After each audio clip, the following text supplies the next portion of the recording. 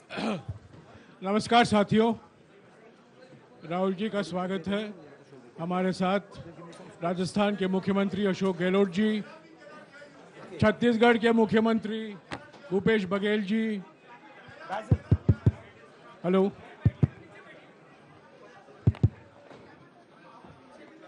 Doctor अभिषेक सिंघवी और हमारे संगठन के महामंत्री केसी वेणुगोपाल जी मौजूद हैं। मैं राहुल जी से गुजारिश करूंगा, वो पहले आपको संबोधित करेंगे, बाद में आपका सवाल जवाब देंगे। राहुल जी। नमस्कार। मैंने आप सब से काफ़ी बार बोला है कि हिंदुस्तान में लोकतंत्र पर आक्रमण हो रहा है और इसका हमको हर रोज़ नए नए उदाहरण मिल रहे हैं। सवाल मैंने एक ही पूछा था,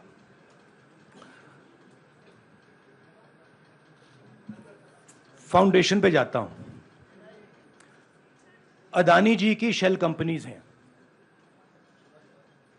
अदानी जी की शेल कंपनीज हैं, उसमें 20,000 करोड़ रुपया किसी ने इन्वेस्ट किया।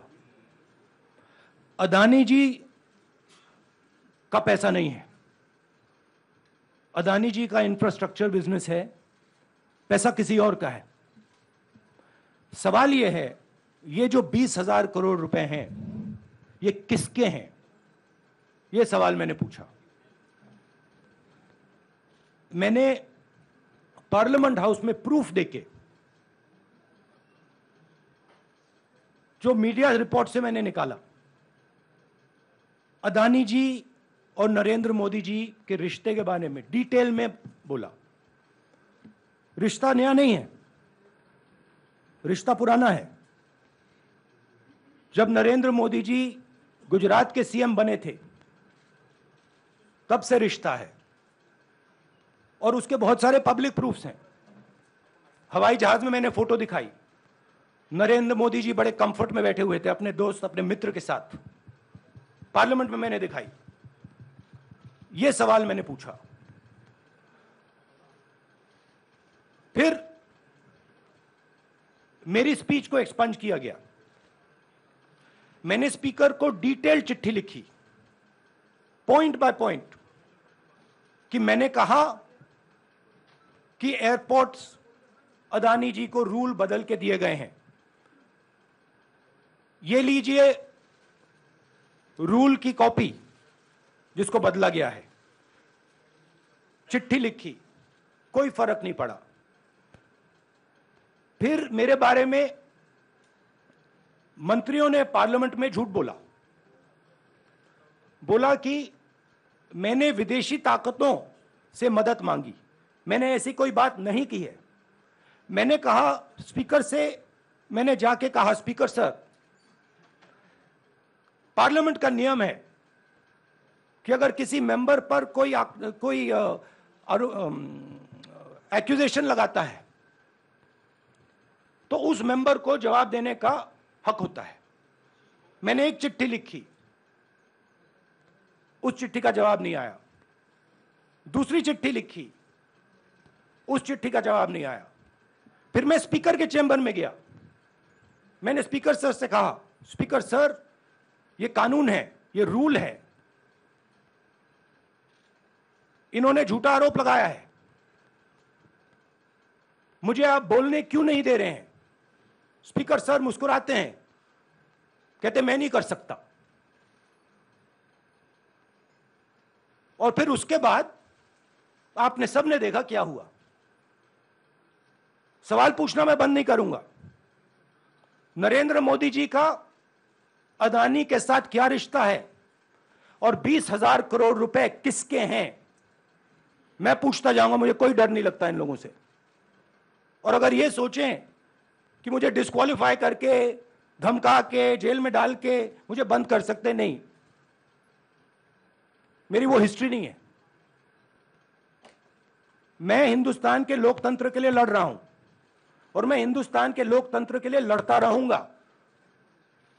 किसी चीज से नहीं डरता हूं, यह सच्चाई है। अब आप सवाल पूछिए। एक एक करके प्लीज. हाँ मोहित. I'll say it in English also. Sorry. I'll say it in English also. The question begins. A few weeks back in Parliament, where I asked the Prime Minister a very specific set of questions. Question number one, 20,000 crore rupees or $3 billion are in shell companies owned by Mr. Adani. Mr. Adani could not have generated this money. He's an infrastructure business. Where did this money come from? Whose money is it? That was the first question. Whose shell companies are there? These companies are working in the defense field. Why does nobody know whose money this is? There is a Chinese national involved in this. Why is nobody asking the question, who is this Chinese national? That was the first question. Second question was, set of questions with proof. What is the Prime Minister's relationship with Mr. Adani? I showed a picture of the Prime Minister and Mr. Adani's plane relaxing. I gave documentation about the defense industry, about the airports, about statements made in Sri Lanka, about statements made in Bangladesh, pictures of Mr. Narendra Modi sitting with the State Bank chairman in Australia. And I put this proof on the table. Immediately after that, the BJP started its work. My was expunged. I wrote a letter to the Speaker with a detailed explanation on the defense industry, on the airports, with press clippings, supporting documents, legal documents, and said, this is the supporting foundation of my speech. I have not made this speech, I have not invented this. This is detailed research, here it is. Nothing happened. Nothing was revoked. My speech today is not part of the record of Parliament. The same, by the way, was done with Mr. Kharge. After that, BJP ministers lied about me in Parliament. They made the statement to distract from the Adani issue. The whole gave the statement to distract from the Adani issue. The whole game, disqualification, and all these statements are to distract from the central question, whose money is it?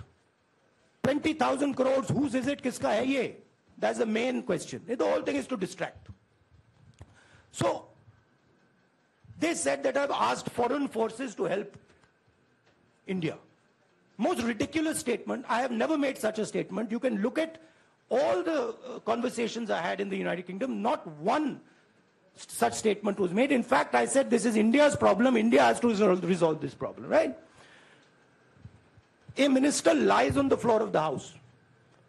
I wrote to the Speaker and I said, Speaker, sir, it is my right as a member of Parliament, when somebody makes an accusation, to state my position. Please let me state my position. The first letter is not answered. I then write a second letter with more details, saying the names and what was said. Still no answer. I then go to the Speaker's chamber and I say, Speaker, sir, what is going on? We live in a democracy. You are the defender of that democracy. Why are you not letting me make my statement? The Speaker smiles and says, I cannot do that. Come and have a cup of tea with me. Right? So this is the whole drama that is being orchestrated to defend the Prime Minister from the simple question, whose 20,000 crore rupees, whose $3 billion went to Mr. Adani shell companies? हाँ जी मोहित, एक minute सबको मौका मिलेगा. राहुल जी, मोहित दुबे हूं मैं. मेरा सवाल ये है कि आप शहीदों. By the way, sorry, I just need to finish that. I left out a part. Look, I am here defending the democratic voice of the Indian people. I will continue to do that. I am not scared of these threats, of these disqualifications, of these allegations, of these prison sentences. I don't care. I'm not scared of them. Okay? These people don't understand me yet. I am not scared of them. They are used to everybody being scared of them. I am not scared of them. Right? And I will continue to ask the question. What is the Prime Minister's relationship with Mr. Adani? It is an old relationship. It is a relationship that began when he was Chief Minister of Gujarat. Mr. Adani constructed the idea of Resurgent Gujarat, organized all that. This is a partnership. It's a close partnership. I'm going to keep asking that question. Rahul ji, मैं मोहित दुबे हूं। मेरा सवाल यह है कि आप शहीदों के परिवार से आते हैं। आपकी दादी भी डिस्क्वालीफाई हुई, जनता के बीच गई, आप सत्ता में वापस आए। आज के दौर में राहुल गांधी भी डिस्क्वालीफाई हो गए हैं क्योंकि तमाम आपने इश्यूज को उठाया, चीन के इश्यूज को उठाया। क्या राहुल गांधी भी जनता के बीच में जाएंगे और वही वापसी फिर से करेंगे? राहुल गांधी भारत जोड़ो यात्रा में 4.5 महीने जनता के बीच में रहेंगे और वो मेरा काम है, वो मैं करता जाऊंगा। हाँ जी, अनवर। आज के हिंदुस्तान में जो पहले राजनीतिक पार्टियों को सपोर्ट मिलती थी, मीडिया से मिलती थी, बाकी इंस्टीट्यूशन से मिलती थी, वो नहीं मिलती है। तो ऑपोजिशन की पार्टीज को एक ही रास्ता है, जनता के बीच में जाने का। हाँ जी, अनवर। सर, भारतीय जनता पार्टी ने आप पर ओबीसी समुदाय के अपमान का आरोप लगाया है। इस पर आप क्या जवाब देना चाहेंगे भारतीय जनता पार्टी को? मैं पिछले भारत जोड़ो यात्रा में, आप मेरी कोई भी स्पीच देख लीजिए, मैं वहां कह रहा हूं सब समाज एक हैं, सबको एक साथ चलना चाहिए, भाईचारा होना चाहिए, नफरत नहीं होनी चाहिए, हिंसा नहीं होनी चाहिए। तो मेरी पोजीशन बिल्कुल क्लियर है। ये ओबीसी का मामला नहीं है, ये नरेंद्र मोदी जी और अदानी जी के रिश्ते का मामला है। 20,000 करोड़ रुपए जो अदानी जी को पता नहीं कहां से मिले, उसके बारे में मैं सवाल पूछ रहा हूं और उसका जवाब चाहिए। बीजेपी ध्यान को भड़काने की कोशिश करती है, कभी ओबीसी की बात करेगी, कभी विदेश की बात करेगी, कभी कुछ और बात करेगी, कभी डिस्क्वालिफिकेशन की बात करेगी, मगर सवाल यही है 20,000 करोड़ रुपए, $3 बिलियन किसका था? संजय मिश्रा। और वो अदानी का पैसा नहीं हो सकता। संजय मिश्रा।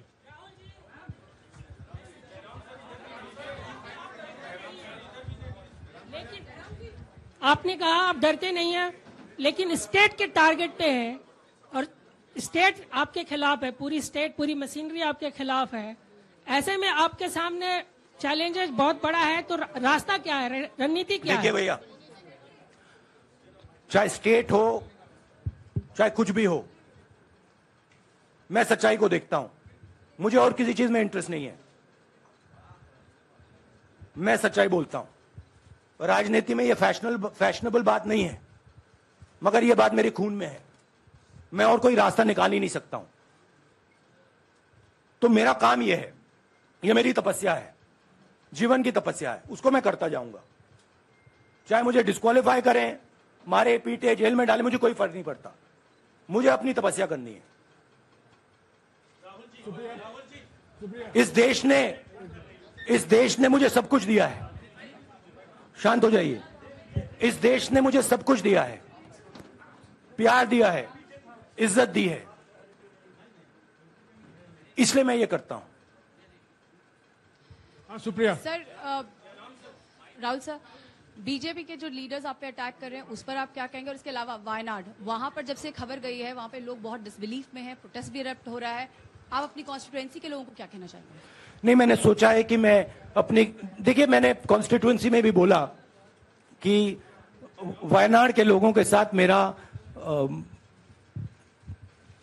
पारिवारिक रिश्ता है, फैमिली प्यार का रिश्ता है।